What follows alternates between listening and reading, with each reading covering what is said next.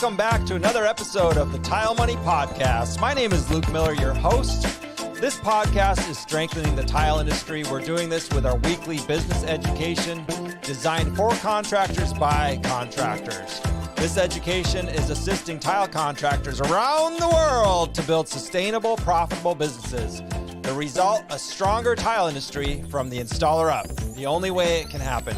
The only way we can strengthen something is by working from the bottom up. Today I've got a really neat guy with me. I've got Jason Shalata. A lot of you know him as the BeastMixer. He is the inventor of the BeastMixer, and he is a great guy. He's got a lot of great stories, and I want to get to know him a little bit better than I do. And I thought, you know what a great opportunity to get to know someone in the industry, someone who's doing a lot of good in the industry and providing a unique, valuable service that wasn't there. But before we bring Jason on, I wanted to thank our sponsor, Laticrete International. Laticrete is one of the oldest manufacturers. In fact, they invented Thinset, and they are one of the most innovative companies to this day, continuing to innovate and lead the way in tile installation materials and waterproofing. Everything basically you need from waterproofing to the silicone. So if you haven't checked out Laticrete products, check them out. Give them a shout, get to know your rep, and get to know what they're all about. I also want to let you know about Tile Nation. It's a new company of mine, actually. We've got, I shouldn't say mine, I've got 3 partners in it, but I'm involved. Tile Nation today is providing advanced education for tile contractors. We're doing this primarily in 2 ways in 2022. The first way is our physical classes, where we take up to 20 people and train them in individual modules. You'll be working with up to 3 people to install porcelain panels. And we take you through a bathroom module, a shower, a couple walls. You will be handling and cutting and fabricating around 4 full panels. So that's over the course of a 5-day class in Omaha, Nebraska. Visit thetilenation.com to learn more about that. We also have a mastermind, a Tile Nation mastermind, where business owners just like you are getting together every week on Zoom to discuss and analyze their business and share war stories as it is. And we have mentors inside there who are eager and happy to assist our members grow and advance their business. You can visit thetilenation.com to learn more about that, or just reach out to me. All right, well, let's bring Jason on. I'm looking forward to talking with him. Hey, Jason. Hey, how's it going, Luke? It's going good, brother. You? Good. I'm glad to be here with the infamous Luke Miller from Tile Money. I'm really happy. Thank you. My pleasure. I'm glad you're here. We've been talking about it for a while. We've known each other on the internet for, I don't know, 3 years, probably, something like that, 3-4 years. Absolutely. I think we got started, kind of around the same time. It was kind of a 2017 thing. I was kind of getting my ball rolling with the BeastMixer, and you were getting your platform rolling with helping people out in the tile industry. I think, yeah, it's wonderful. About the same time, I think. Yeah. Yeah, we launched Tile Money Podcast September of 18. So you might have about 12 months on me, which is good. Just a little bit, maybe. Yeah. It's nice to kind of come into the industry together a little bit, and bring new techniques into it and help people out. That's what we're all about. We're hard workers. We need to help each other out. Absolutely.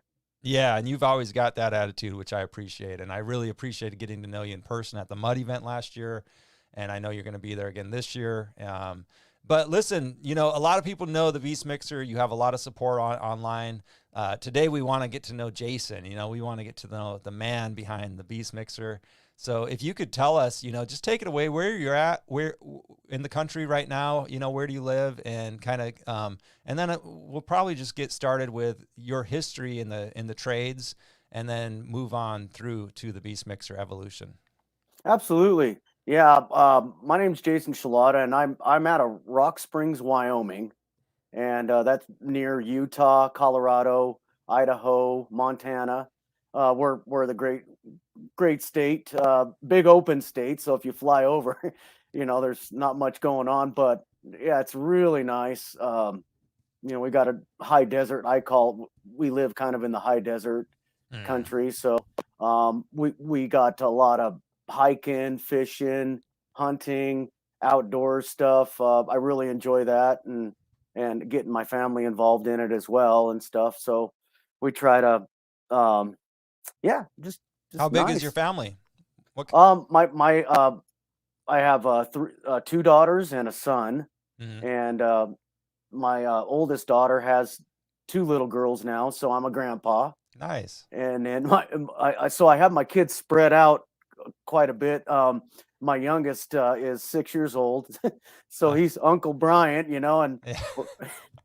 yeah, so it's fun though. It keeps me young. It keeps me, working hard and pursuing those, pursuing that health in my older years. That's what it's all about now. So, yeah, Pursuing health. absolutely. Yeah, staying Hmm. healthy. And you're And doing help. that. Yeah, it sounds like you're doing that primarily by being outdoors a lot, huh? Absolutely. Yeah. And diet was one of the biggest things too. I mean, Mhm. being a tile guy and contractor back, when I was doing it, I mean, we developed poor habits of going and grabbing lunch, out at fast food places and stuff. So I've had the pleasure of learning to be more of an artisan type cook at home, and I'm going to tell you guys something. I mean, starting the apple cider vinegar and water, doing more salads, more vegetables. I still like my meat. I'm an elk meat guy. I like beef too. I feel amazing. Yeah. It's working. I mean, whatever I'm doing, it's working, and I think it's just trying to be a little bit more homegrown and stuff Mhm. because money can't buy health. You gotta put that into perspective. But I've been had a bad back from doing a lot of tile and carpet and stuff over the years too. So just learning to do different things, learning to lift differently, learning to Mhm. do I think at my age, it's more slow and steady wins the race. Mhm. Take your time. There's Yeah. no rush in a lot of stuff. So enjoy it. Nice. So Nice. Well, thanks for sharing some insight into where you're at and who you are. That's some solid advice, and it's funny you mentioned like the apple cider vinegar. I've drank that. Now, are you drinking that daily or is that? yeah, I do. I try to, don't drink it late at night, before you have to go to bed or Why anything. But not? it's acidic. Yeah. It's Yeah. hard on your teeth. So Right. what I usually do is I'll make a really nice artisan lunch, egg salad, whatever you're going to do, and then I'll get a glass of water Mhm.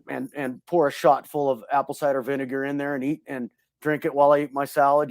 Work it through your body and everything, and yeah, amazing. I can't believe what it's done for me because Yeah. I used to be a stressful guy, worried about work, making money, all that stuff. Eventually you create problems, down there in your stomach. So I actually Yeah. bypassed all that just by changing my diet and living correctly. So yeah, Yeah. I definitely recommend a little bit of that. Yeah. So So when I was 17, I was on the apple cider vinegar. My mom got me on it. I was having like all sorts of stomach issues. I used to drink a lot, when I was 17 and mhm, yeah, 18 and 19 and 21 and stuff like that. But I think the alcohol was throwing my stomach off, or maybe I was just overeating or a combination. I don't know. But I was drinking this apple cider and it was helping, it was helping my stomach a lot. Um, but what happened is I took a trip to Minnesota from Tucson. What happened is one of my peers, another tile guy, he was older than me and he had his own business and he landed a 3 or 4 week job in like Minnesota, like way out in the middle of nowhere, Marshalltown, Minnesota. And it was the headquarters of Schwann's ice cream. Do they have Schwann's over there in Wyoming? oh yeah, we got the Schwann's guys running around too. Yeah, Schwann's guys and gals. Yeah, definitely. So it was the headquarters of the Schwann's ice cream, food delivery people. And we went out there for 3 or 4 weeks, like 5, 6 of us from Tucson, and tiled this, this headquarters. We did travertine, 18 by 18s, like 3, 4, 5,000 square feet of floors, bathrooms, kitchens, all this work, a huge medallion of a swan, right in the entryway. It was pretty pimping and it was a lot of fun. But my mom sent me out with this big jar of apple cider vinegar. Well, sure enough, that thing broke. And all my clothes smelled like apple cider vinegar the whole Oh, for like a week of washing, you know? yeah. Oh yeah, yeah. And you gotta so it's just not about the diet too. You gotta delete some stuff out of your life. So I think Right. what really helped my stomach was avoiding a lot of sugars. Yeah. That's the key right there. I Yeah. mean, there is sugar in I don't care everything, even the best Greek yogurt you can find out there. So the key is what it's like I'm a coffee guy in the morning. I love my coffee. I used to do, some milk and or creamer or whatever and some sugar. So Mhm. I actually deleted the sugar and now I use local honey, Mhm. and some Yeah. and maybe some maple syrups here and there. But Sure. but if I can try to avoid that, I think that was my biggest debacle was just too much sugar, Yeah. too. So Yeah. No, I'm the same way. Cut sugar out and you feel so much better. It's incredible. Incredible. and it's tough to do all the time. I understand, once in a great while. I like to have a soda pop once in a Yeah. while. I Yeah. mean, it's what it is. I guess you can't live too clean. You can't live too dirty. You got to be in the middle. It's all about balance, you know? It's all about balance. It's Oh, like, and that's true. yeah. Truth right there. Yep.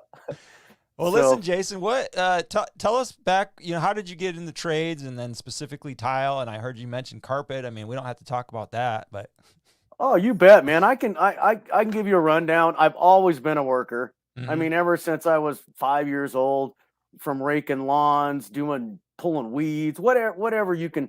My first legitimate job was actually at age 13. I worked for a tow truck company, Mhm. cleaning up wrecks on the highways and interstates, and fetching tools for the mechanics and stuff. And then, Mhm. um, and then I did various jobs through high school and everything. Never quit working. And then my uncle, he took me under his wing when I was about 17, and they opened a carpet store, and that was called the Carpet Gallery. So I got broke right in being a carpet layer's helper, learning the trade, doing carpet work, learning how to seam up and stretch in and all that good stuff. And yeah, it was pretty tough for a little guy like me because I'm little and my I only weighed like 117 pounds, so I got a hernia a couple different times, so it wasn't too fun. So I got more into the vinyl flooring around maybe, let's see, where was that? About 94 Mhm.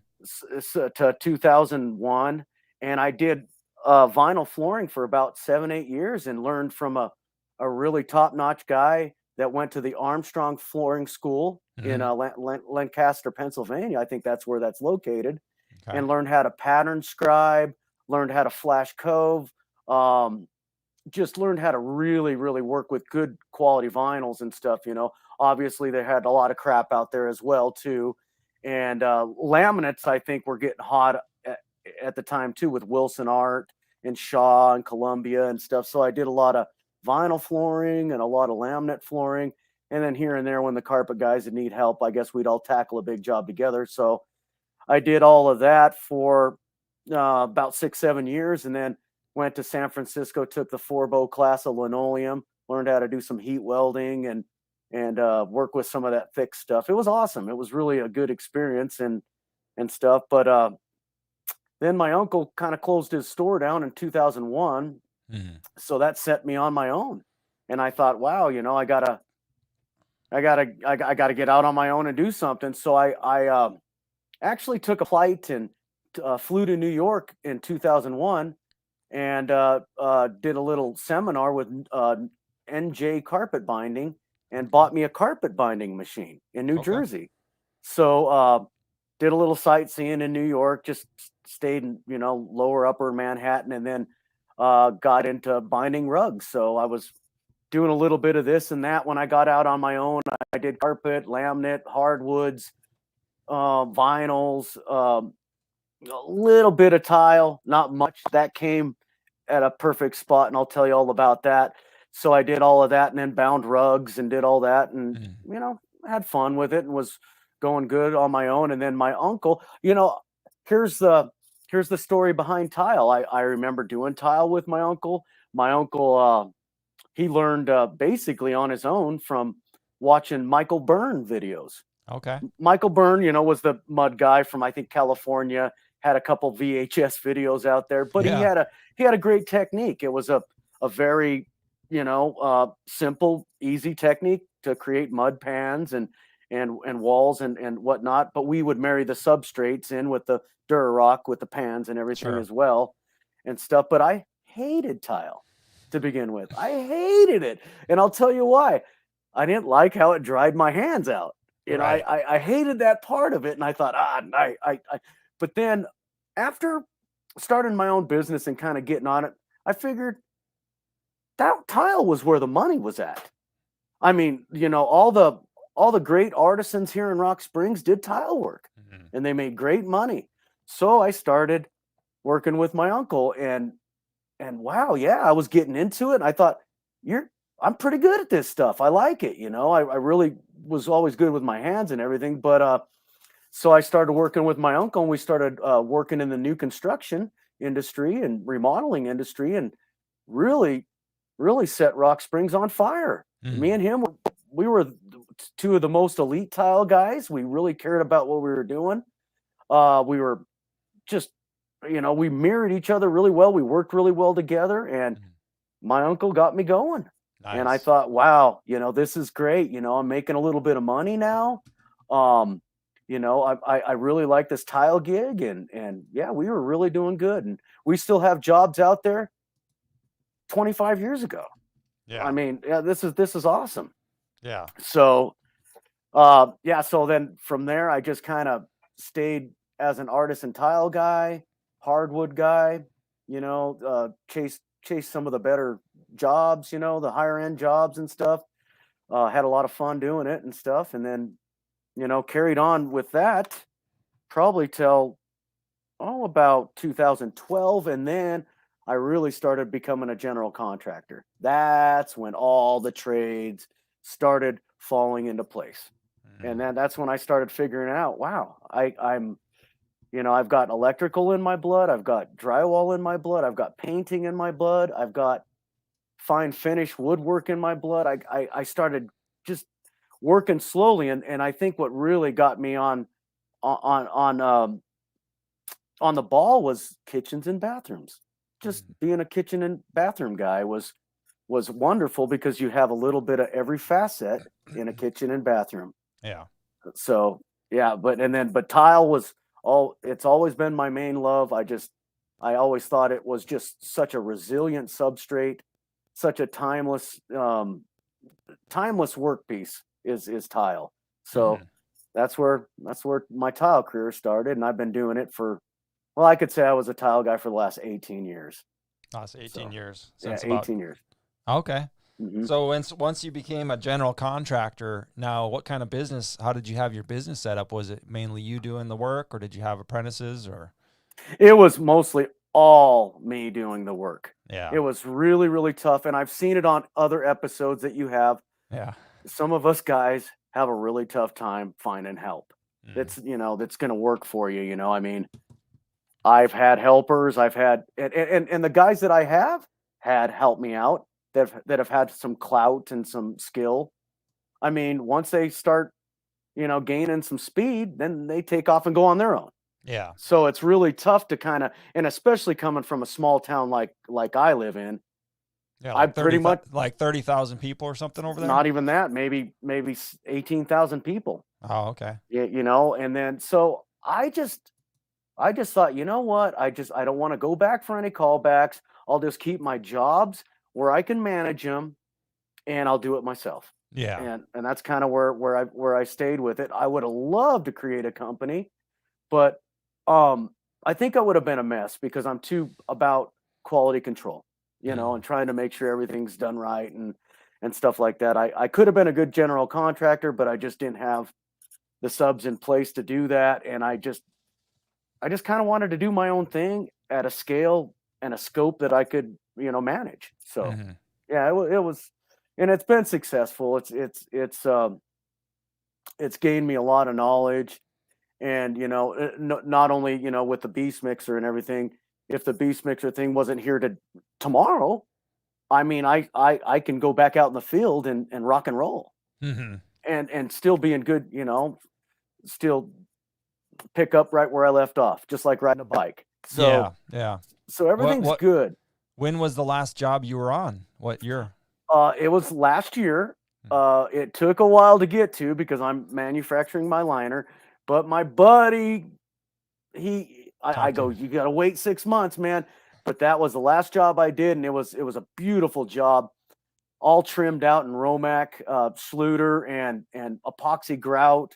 So it was a good banger for my last job. Sure. And then I did a backsplash with a ledgestone backsplash with some floating shelves and a subway tile backsplash for my cousin Charlie.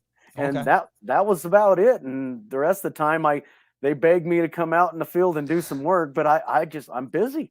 Well, I was going to say, in a town of like 20,000 people or whatever, it's like, your phone must still be ringing from years ago, right?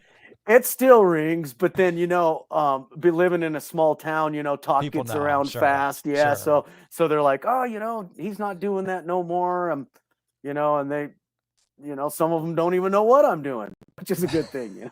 Right. So, yeah, you're not going to sell a lot of BeastMixers in Rock Springs. No, I haven't even entered one home show. It's just, the guys here, well, I'll just go buy another bucket. It's like, I don't want to get into a wrestling match with you or anything, but it's all good. I mean, whatever you want to do there, I just don't think they understand of what my mission is with it and everything. It's like, it's what it is. I mean, either you're going to love it, you're going to hate it. And I used my personal one, and I have it right here.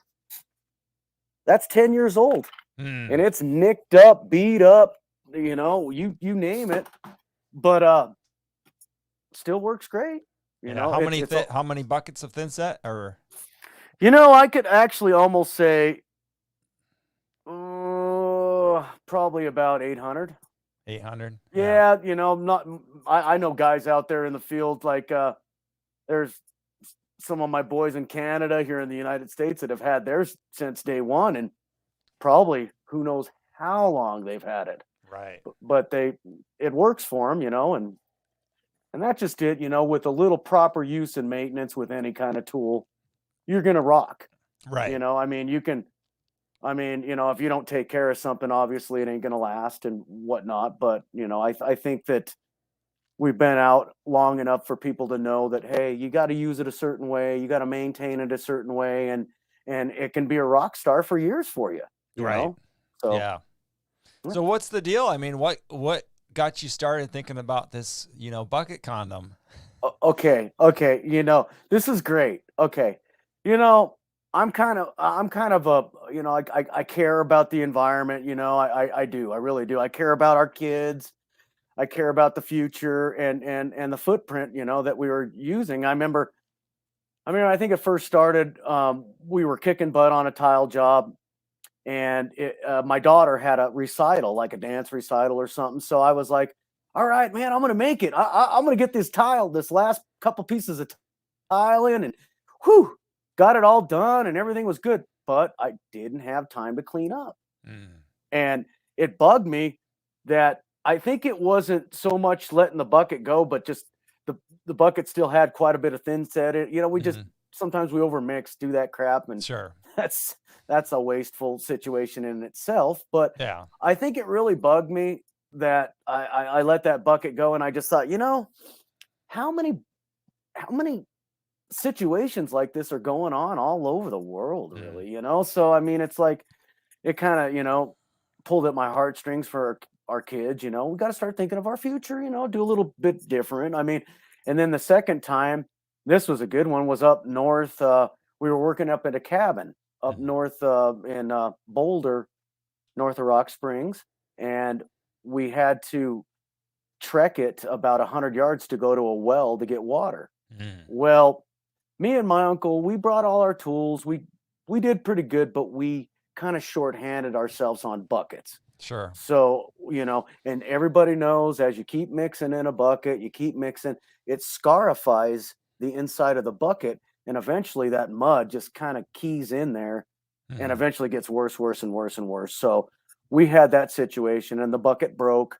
We had to drive, 30 miles to go get a new bucket and stuff. And I thought, there's got to be a better way, to to have a reusable system, Yeah. a little bit better system to use and stuff. And I remember starting out in the prototype days, I started out with a silicone, a Mhm. complete silicone liner.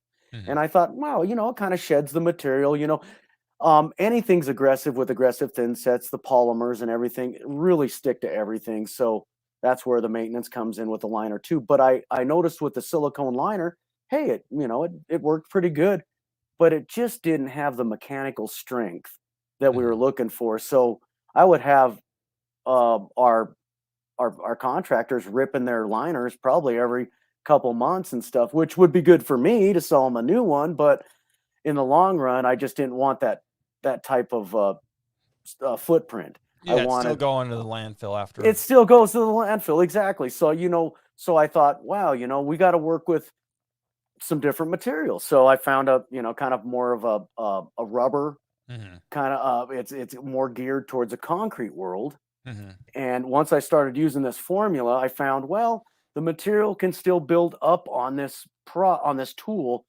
but we have some mechanical strength. This thing's going to take a beating. Mhm. And I said, you know what? And I thought, as long as we can reset it with an acid bath, clean it up, reset it, whatever you need to do, and reuse it. Hey, I'll take that any day, as long as it can be reused and reused with proper use and maintenance. And Mhm. so I stuck with it. I said, this is going to be all right. If I like it, I'm sure I'm hoping everybody else will like it too. And Yeah. that's kind of where it came out. And J Dog 162, he was the first man to get one. He was the first man on the totem pole to get one. And I picked him. I thought, well, looks like a nice family guy, and hey, and he's a funny guy too. He's got a Oh, lot of from good stuff. big, yeah, from J Florida. Dog, yeah, Yeah, yeah, yeah, Big A to J. Z, Yeah, yeah. yeah, yeah. He was the first cat to get a BeastMixer, Oh, and cool. yeah. So, I just want to put that out there because yeah, he was, he's always number uno on that and stuff. So that was pretty That's cool. cool. That's super cool. I like that a lot. Yeah, Yeah, I what kind of there's a few J Dogs in the industry, so yeah. There is there's a few out there. Absolutely, there's few of us. Absolutely. So yeah. I just thought, I just kind of wanted to be the guy out there that wanted to be the solution. Yeah. More of a solution than a problem out there. That's all, and Right. I think that just being a small mom and pop company like I am, I'm proud of it because I can manufacture 'em myself at my own pace. And like I said, slow and steady wins the race. I'm pretty happy with how everything's went, Mhm. and the product has gotten good reception and everything. Yeah, I'd say Sorry, so. sorry about the hacked account. That was Yeah, kind of tell us about that. I mean, I feel like we can all oh, learn. We can now dude, I mean, there's a lot to learn in your whole story, but I feel like with this hack account, we can all learn. Those of us on social media. this guy right here, right, screwed up. Okay, everybody knows. Don't open up links. Don't Right. open up any emails, any links, or anything else. This one was different, and I knew it. I knew it. I mean, it's like Carl said he's like, oh, they didn't get me. I had my coffee, and I laughed and I thought, they got me. I was in a hurry that morning. Yeah. I got a message. I got a DM from one of our tile guys. I won't even mention who it is. He Sure. It got doesn't. hacked too. Yeah, Sure. he was a great guy. That's And how it happens. Yeah. yeah, exactly. It was like, hey, I need help with vote for me, man. And I'm thinking right there, I should have been like, well, get out of here. But it was a link sent to my text messaging that I screenshotted back. And Hmm.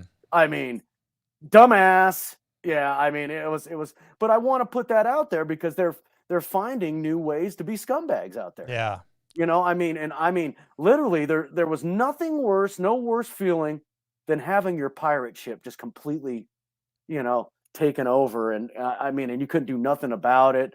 I mean, we did though. We alerted people. We were putting things out there. It's funny. It's funny that at the end of the day, you have to literally hire somebody that is slated to remove your account. Hmm. Instagram won't do nothing. Nobody did nothing. no matter how blatantly you put it in their face, they would do nothing. I even sent videos saying, "Hey, put the name to the face, guys. You Yeah. know, Yeah. do a video conference with us." You know, I mean, because it was just, yeah. I'm sorry. That's all I can say is, you know, it wasn't my intention for anybody to get hurt or No, of course solicitate. not. Yeah. Of course So, not. Of course but not. yeah, I'm glad that did come up because yeah, I mean, even the best of us can get bamboozled. I mean, it You know was so, what? I almost it did got me, because man. here's the deal. And, you know, it's one of those things where, you know, I've done some things on the internet, even communication, where later I thought, you know what, is this really productive? Is this beneficial? And one of the things is voting for people who we don't even know. And I realize a lot of us have done it, is like one of your Facebook friends will say, vote for my company. Well, now if I've seen your work for a lot of years and I really know you and this and that and the other, but if I don't know you and you're just in, my group, if you're just a member of Tile Money and you're asking for a vote, like from now on, I'm not going to vote for you because I don't know really the quality of the work you're putting out. Why should I vote for you just because we're brothers or whatever? Because what happens is you get into these situations where this is the tactic they were using. They hacked one account, a Tile Guy's account, and then they would reach out to all of his contacts or her contacts and say, can you, and it was one of those things. It was one of those, can you vote for me or help me out or whatever. And it was weird though. They wanted to send you a text message, correct? And then you were supposed to like click on that link or something weird. And I went down that process as I was about halfway through when I thought, you know what, I'm not going to do this. I don't care, and I started having a conversation with them on the chat box, and I could tell right away something wasn't right. They didn't know full English or something weird. I could just get the feeling, but I almost did the same mistake that you did. Yeah. Yeah. Well, and that's just it. You got it. Every email coming in, everything, I mean, it was my bad, really. I mean, just, it's over. New Yeah. account. We got a new platform we're selling on now. I'm selling with Christian through Artisan Diamond Tools. Yeah. Really what's that really website? happy. Artisan Diamond. ArtisanDiamondTools.com. All right.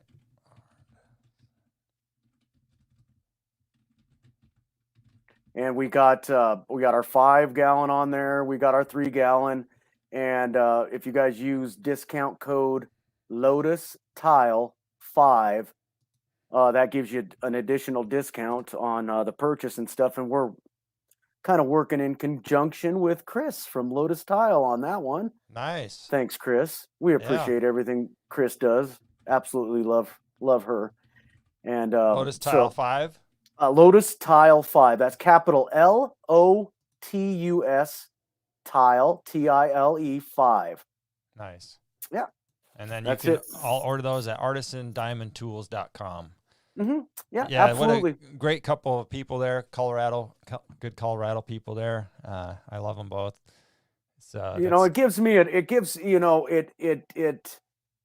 It's beautiful coming into this with just a handshake with me and Christian. We're both mom and pop guys. I mean, that's the way it should be. I'm really stoked with what we've done so far, and sales are steady and doing okay. So good, good. Yeah, we come out with a new color. Just a second, I'll get you it. Yeah, and this is another one of those stories, those success stories. So here's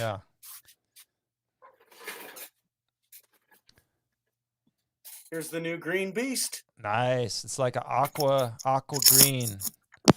It's like an aqua green, huh? It kind of looks that way in the light, but it's it's definitely like a it's definitely like a hunter green. Okay. And I can adjust the green a little bit. I think we'll be I'll be diluting the color just a little bit to do a Tile Money Beast. How's that? We talked about that. Yeah. Yeah, we got to do, because this is, I mean, it's not like I'm never going to do green again, but right. You know what I'm saying? I mean, we got to make this work for you too, man. So yeah, I love that. Appreciate it. So we got the green beast, and then I did new t-shirts. Oh, And these nice. are they're Irish green.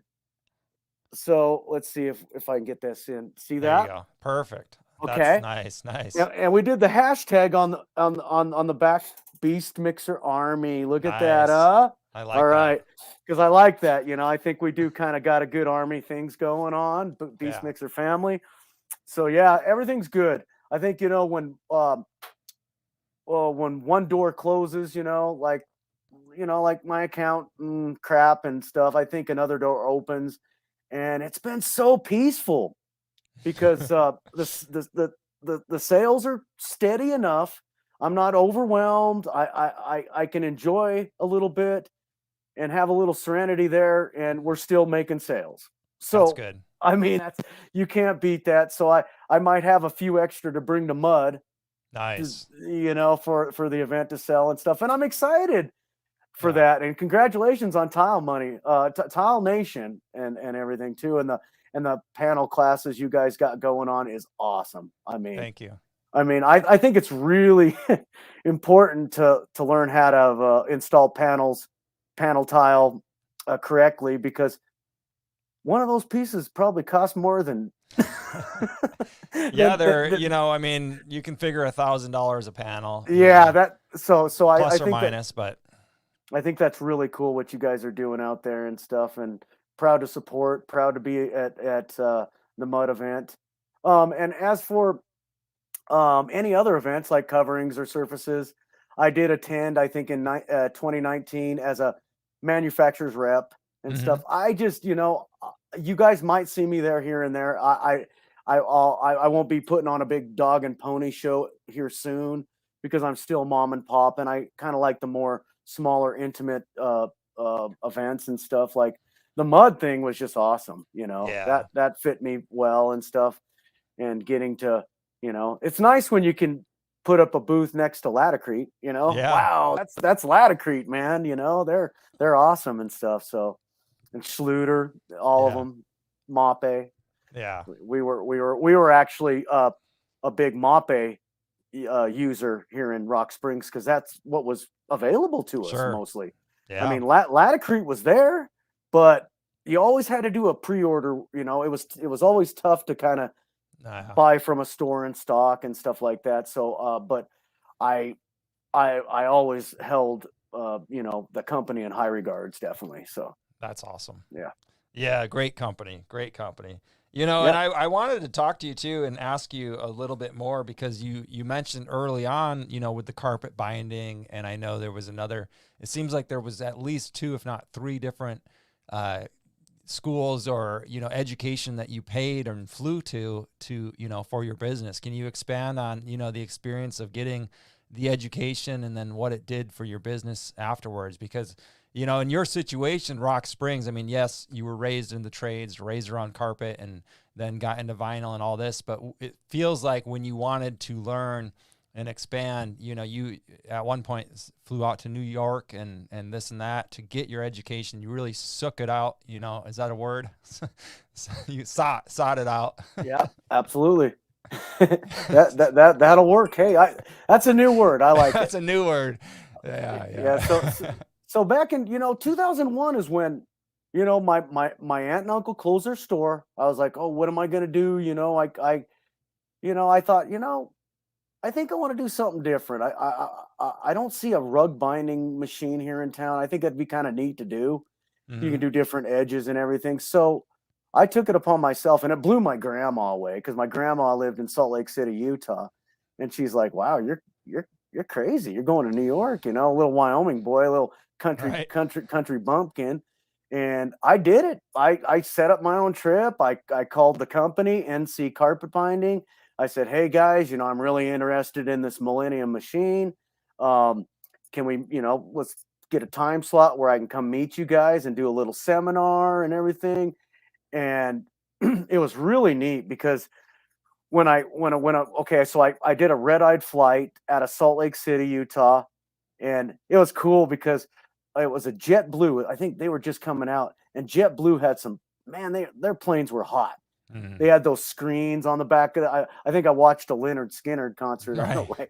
Right. It was awesome. So all I can remember, I did a red-eyed flight, and man, I'm just this young buck flying into New York, and here we go. You know, New York's coming upon me. I see the Statue of Liberty. And I'm just, man, it's just jaw dropping. You know, big old city like that. So I fly into JFK and take a taxi and go to Grand Central Station. I kind of did everything in intervals, and then took a train over to New Jersey and got in my hotel Mm. and was going to do the seminar the next day. So, you know, I had a little, so it was really neat when we went to this building. Just looked like this, just a brownstone old building. Didn't look like there was much going on, but you went into this building Mm. and there is all kinds of sewing machines from $5,000 to $50,000 and all these. I think that trip really took me over the edge in being an artisan and working with my hands, Mm. was watching all the Spaniards in the back doing all the fabrication of all the feed dogs, all the parts on the machines and everything, soldering, all this fine work and stuff. I was like, wow, if I could Mm. only be like that guy someday. That's and they were happy, Sure. very happy, just people just singing and I mean, just what an amazing experience. It was almost like watching a watchmaker build a watch, you know? I mean, Mm. so that really got my wheels turning. It actually, you know, probably transcribed into BeastMixer, building some of my own equipment as well. Yeah. So just watching some of that hand built stuff was just really just, you know, homegrown, organic. I just really liked it. So I took all that back and had a successful rug binding business for a couple years and sold it to a carpet store. He really wanted it for Mm-hmm. his. They were doing a lot of coving and in the Sure. schools and colleges and stuff like that. The 4-inch coving and Mm. stuff, that was a moneymaker. And so I started getting into tile with my uncle. Mm-hmm. So I think with all the trips that I did with the Forbo School of Linoleum, I did a trip to Tulsa, Oklahoma. I drove that one and did a concrete class in moisture testing concrete, Mm. doing doing the proper substrate preparations for laying anything over, you know, moisture, concrete and moisture and all that stuff. So it really kind of opened my eyes up to, you know, moisture in woods, concretes, and what you shouldn't do, what you should do. So I did that class.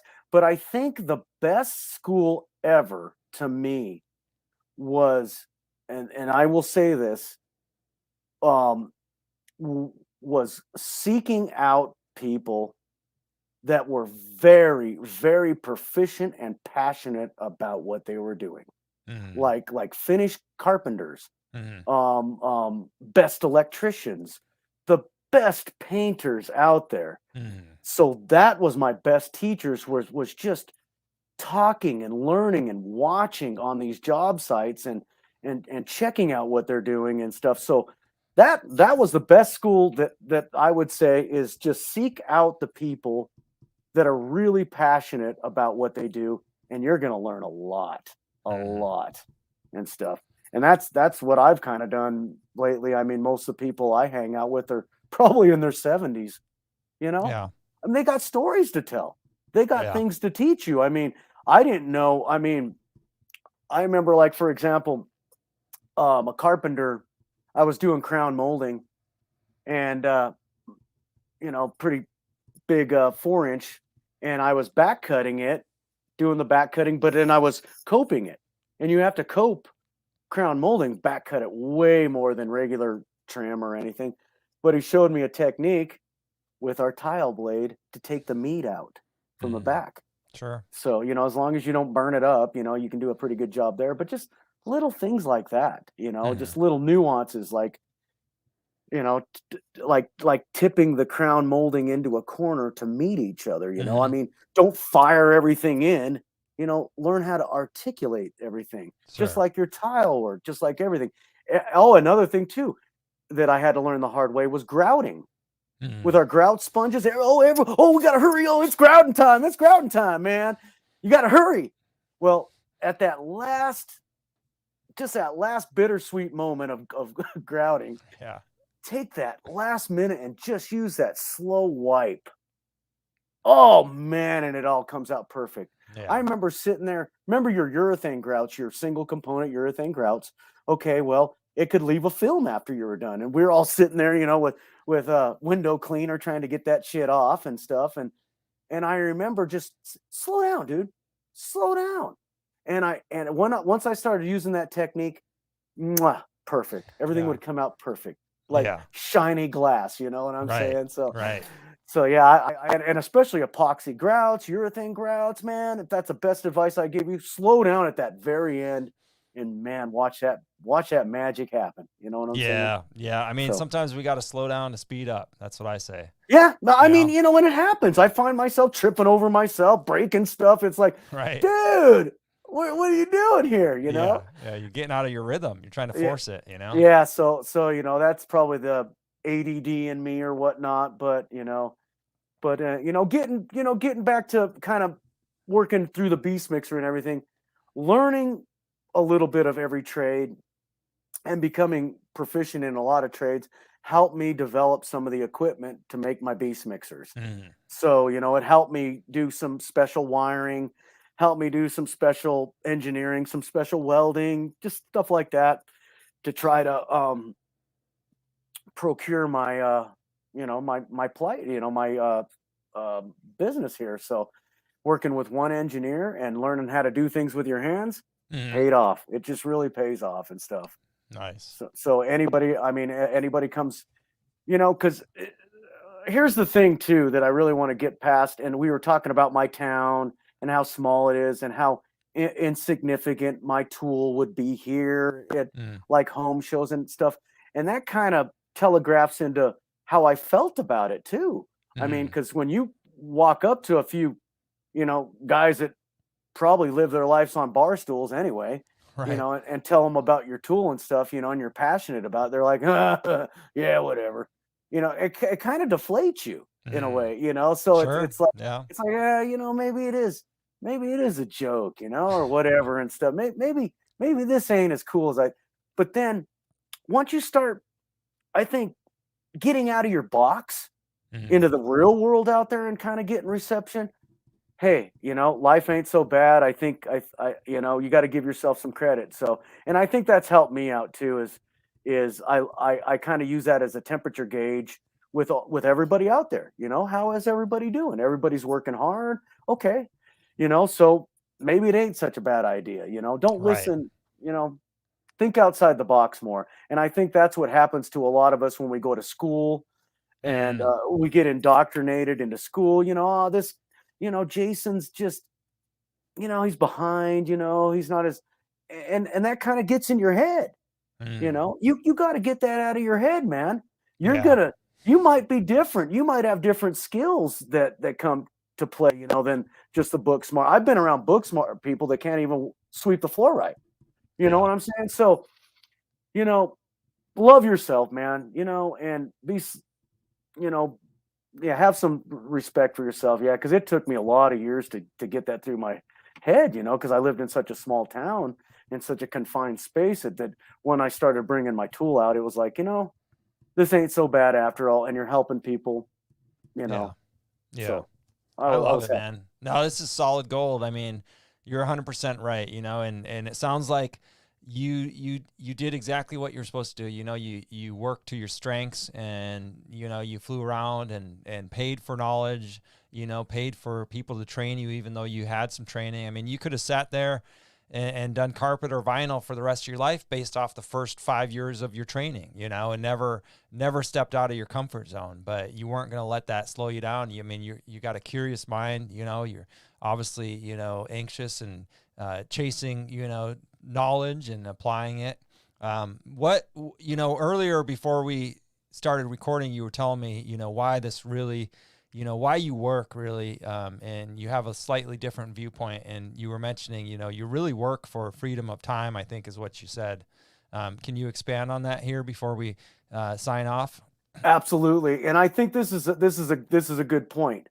And this kind of correlates with what you're trying to teach people too. We need to know our worth. We need to know. I mean, I remember my uncle telling me before, you're charging that much? It's like, yeah, I'm charging that much. It's worth that much, you Yeah. know? I mean, you need to know your worth. But I think at the end, and especially for you young guns, absolutely put the time in, chase the buck, make that money and stuff, take some time for your family. Don't forget that, because you don't want to get to my age, because I'm almost 50, and have any regrets that maybe I should have spent a little more time, which I have very few regrets. I've done things fair, but I mean, I think now that I'm really, getting old, almost hitting 50, I think that chasing time, use your money, use your tile money to create time for yourself, because man, life is so short.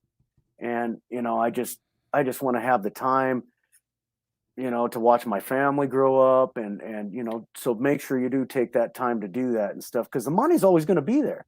Yeah. I'm going to tell you what, I was out there working 7 days a week.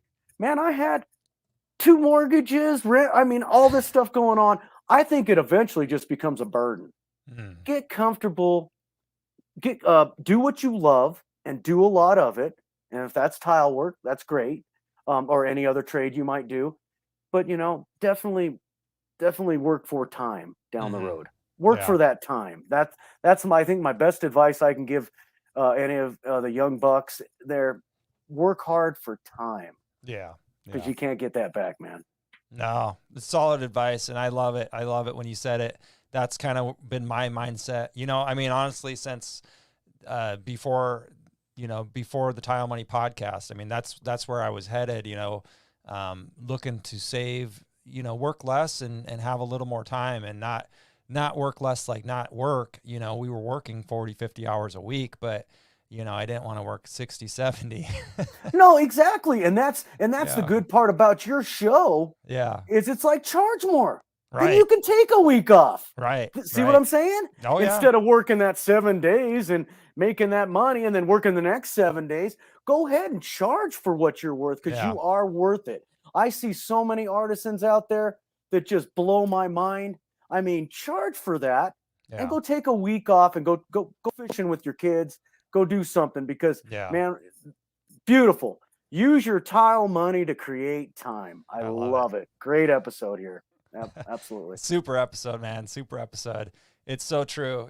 We've got to take charge of that and really, think about, where, what is important. And when, at the end of the day, we all will come back to, why do we go to work? I mean, that's an internal question that only we can answer ourselves. But, for most of us, it's because, well, we have a family, right? Or we have this, we want to pursue this, or we want to do this, but without that time, what's it all for, and that's really one of those mindset shifts from being, middle class or poor or very poor to then upper class or rich or super wealthy, is they're all kind of interested more in like money because it buys time.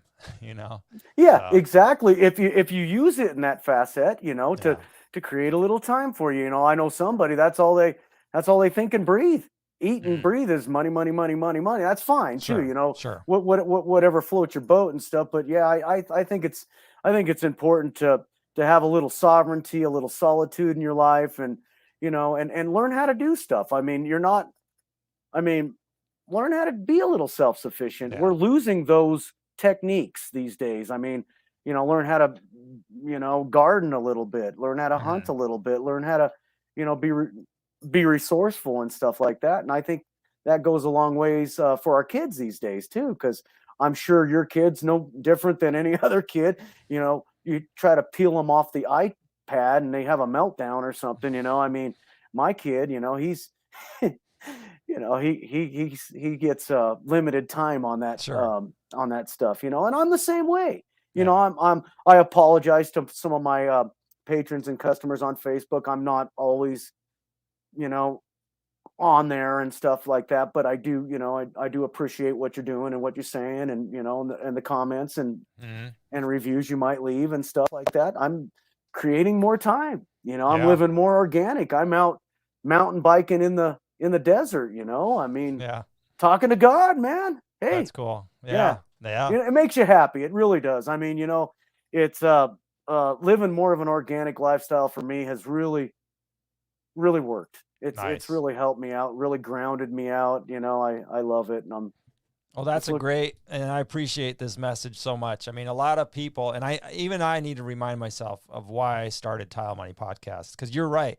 And a lot of people who don't listen to the podcast, mainly in the Facebook groups, I think, they think that I'm all about just make money, make money, make money. No, the real reason I started this was, yeah, I want you to make more money quicker, but I want you to pay your people better. I Mhm. want you to take and build a company for those of you who want to build a company. I want you to be able to build a company that provides very well for your people, because that's the only way we're going to attract new people and talented, smart, respectful, and reliable people to this industry is create a career path, like a real career for them to be an employee for the next 20, 30 years. Outline that. What does that look like? And the only way is if you're going to be able to charge a little more so you can provide insurance, benefits, PTO, all these beautiful things that career-minded people want. That's why that's one of the reasons I want you to charge more for your work. The other reason is if you're going to be an artisan, a single man show, or just one apprentice, yes, you need more time because your body won't last. You need more time because you're now, a one-man operation, which I say is much more valuable than a 20-man company. So you should be you can, we see it, we've highlighted it on the Tile Money podcast before. My business partner in Tile Nation, one of them, Chris Rachel, he just said, my day rate's $2,500. Why? Because I work by myself. I do everything by myself. And frankly, I just want to work less. And so what he's done is he's just marketed himself, and he has, he's very skilled, and he's very good with the sales, and very, he gives his clients what they want. Now that limits his client base, but again, he doesn't care because he doesn't want to work 7 days a week, remodeling bathrooms. He wants to work, a few weeks out of the month or whatever, to do that. And so you can do this no matter what size or what your company looks like. You can charge what you need to charge if you put your time in and your skill is there and your communication, and you maybe pay for some education. These panel jobs, some of the guys and gals in this panel industry, they're charging numbers that tile guys laugh at, and they think it's a joke or they think it's lying. It's not lying. Look, it's a more complicated product. It's a more luxurious product. It's not just tile. What they've done with a lot of these panels, the high-end panels, is they've taken some of the most expensive stone and marble slabs in the world that would generally be like $100,000 for one slab, and they've 3D printed the exact prints on these porcelain tiles. So really, the client is getting a $100,000 slab on porcelain, which is, going to be there a lot longer than a stone shower would. It's going to last, it's impervious. And that's what the customer is buying. So we have to change our mindset a little. And that's why we do a week-long training, because we take you through not just the handling and the cutting and the installation. We take you through miters. We take you through the business mindset. We take you through, where to acquire, the relationships you're going to want to build. I mean, we really give you an advanced course.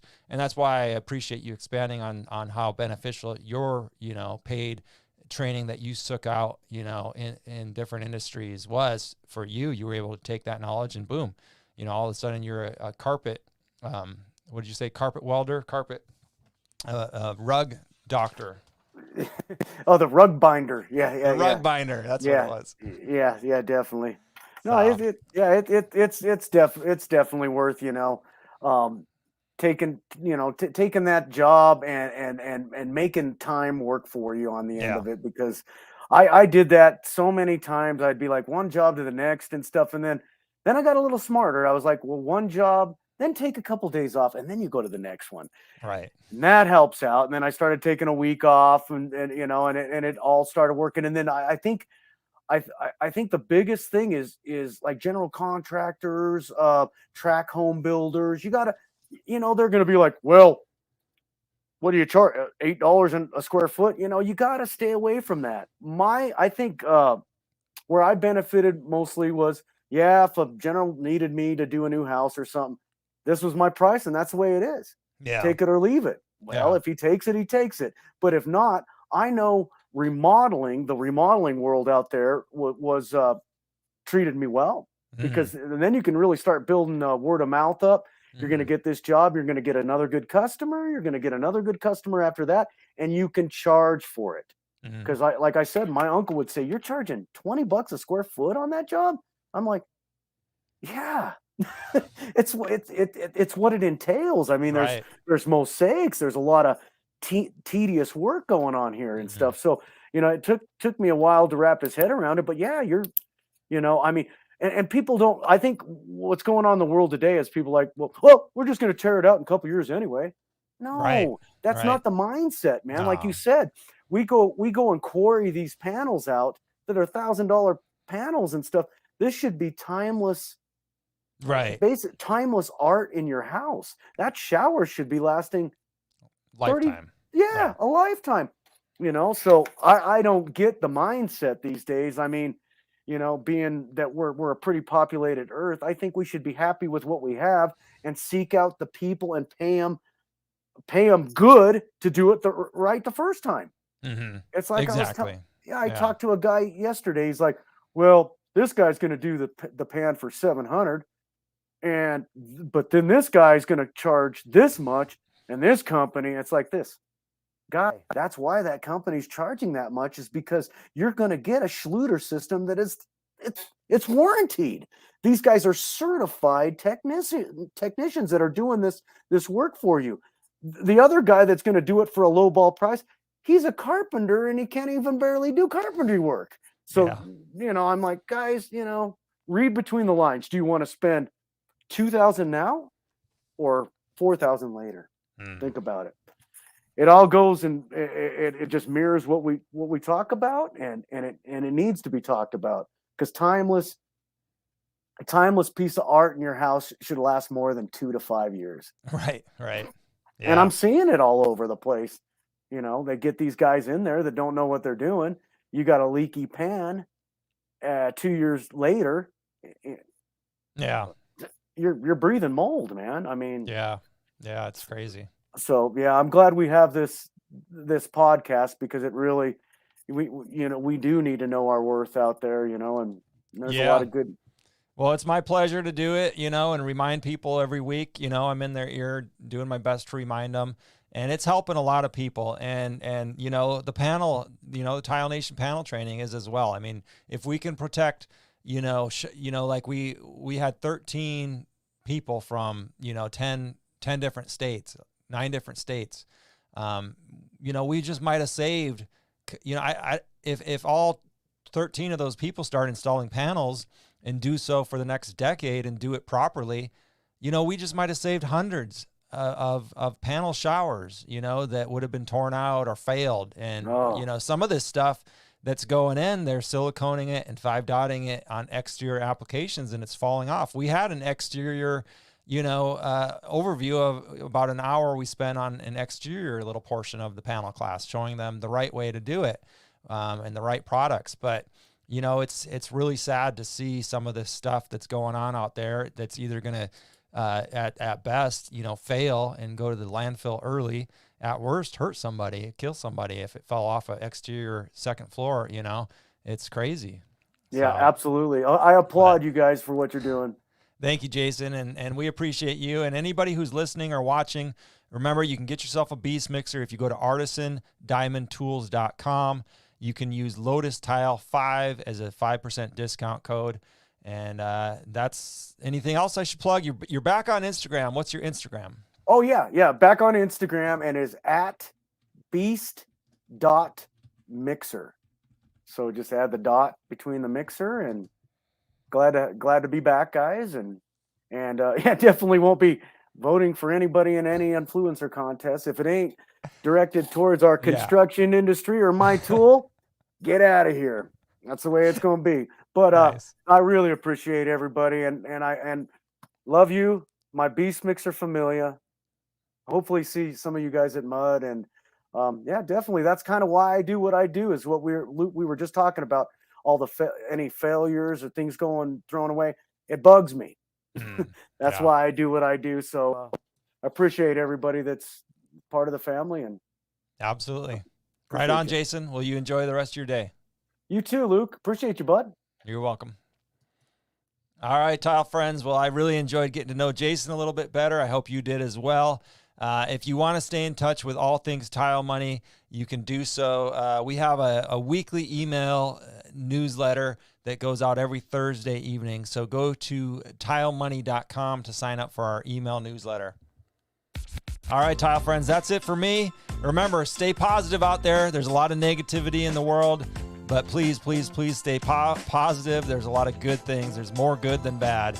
And by all means, please, please, please stay profitable, tile friends. All right, we'll talk to you next week. Over and out.